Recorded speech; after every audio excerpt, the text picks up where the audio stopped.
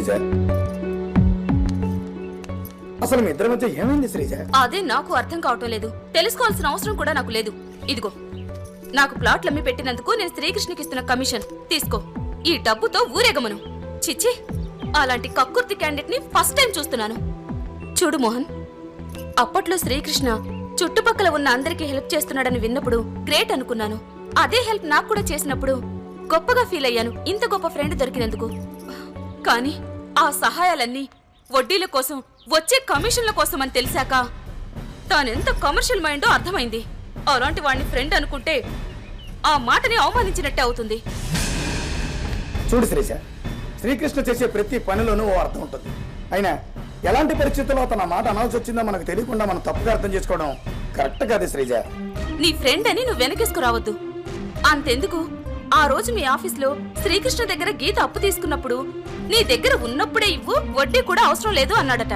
ఇప్పుడేమో 2 రోజుల్లో వడ్డీతో సహా కావాలన్నాడట. సడన్ గా అంత డబ్బు కుదరదని చెప్పినందుకు గీత మెళ్ళు చైన్ లాక్కున్నాడట. నాతో చెప్పి బాధపడింది. అప్పుడే నాకు అర్థమైంది తన కక్కుర్తి బుద్ధేంటో. అయినా తనకు కావలసిన డబ్బులు ఇచ్చేశాక ఇక మాటలెందుకు, వస్తాను. శ్రీజ, శ్రీజ, నా మాట విను శ్రీజ. శ్రీజ,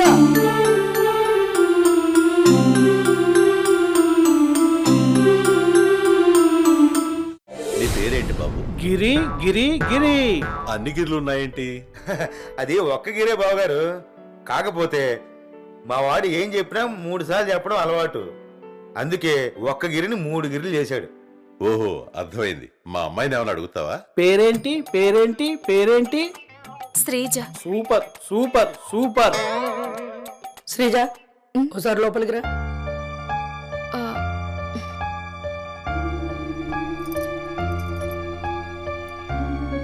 చూడు శ్రీజ, నా శాస్త్రం మీద కోపంతోనూ శ్రీకృష్ణ మీద రోషంతోనూ ఆ లకలకాన్ని పెళ్లి చేసుకోవద్దు. దయచేసి నా మాట విను ప్లీజ్. ఆ శ్రీకృష్ణని పెళ్లి చేసుకోమంటావు అంతేగా? అవును. చచ్చినా చేసుకోను. అంతగా తప్పదనుకుంటే ఏ అడుక్కు తినేవాడైనా చేసుకుంటాను, కానీ వాడికి మాత్రం పెళ్ళాం అవను. కారణం అతను లావుగా ఉన్నాడనే కదా? కాదు, ఆ విషయం అతని మీద మంచి అభిప్రాయం వచ్చినప్పుడే వదిలేశాను. కానీ డబ్బుకి కక్కుర్తి పడే వ్యక్తిని తెలిసి వద్దనుకున్నాను. మీకు ఒక 50 ఫ్లాట్లు అమ్పెట్టాను కదా? అవును. దానివల్ల మీకు బాగానే కమిషన్ వచ్చి ఉంటది కదా? వచ్చింది. అయితే దాంట్లో నాకు కూడా సగం షేర్ ఇస్తారేమోనని. అంటే నేను మీతో పాటు కష్టపడ్డాను, పైగా నా పనులన్నీ చెడగొట్టిన మరీ తిరిగాను. అంటే మీరు నాకు హెల్ప్ చేసింది కమిషన్ కోసమా? కమిషన్ కోసం కాకపోతే మీకోసం చేయడానికి మీరేమన్నా నా లవరా రిలేటివా? ఆ రోజు మీ ఆఫీస్లో శ్రీకృష్ణ దగ్గర గీత అప్పు తీసుకున్నప్పుడు నీ దగ్గర ఉన్నప్పుడే ఇవ్వు, వడ్డీ కూడా అవసరం లేదు అన్నాడట. ఇప్పుడేమో 2 రోజుల్లో వడ్డీతో సహా కావాలన్నాడట. సడన్ గా అంత డబ్బు కుదరదని చెప్పినందుకు గీత మెళ్ళు చైన్ లాక్కున్నాడట. అదే నీ అభ్యంతరం అయితే నాతో రా, నీకో నిజం చూపిస్తాను. కమాన్.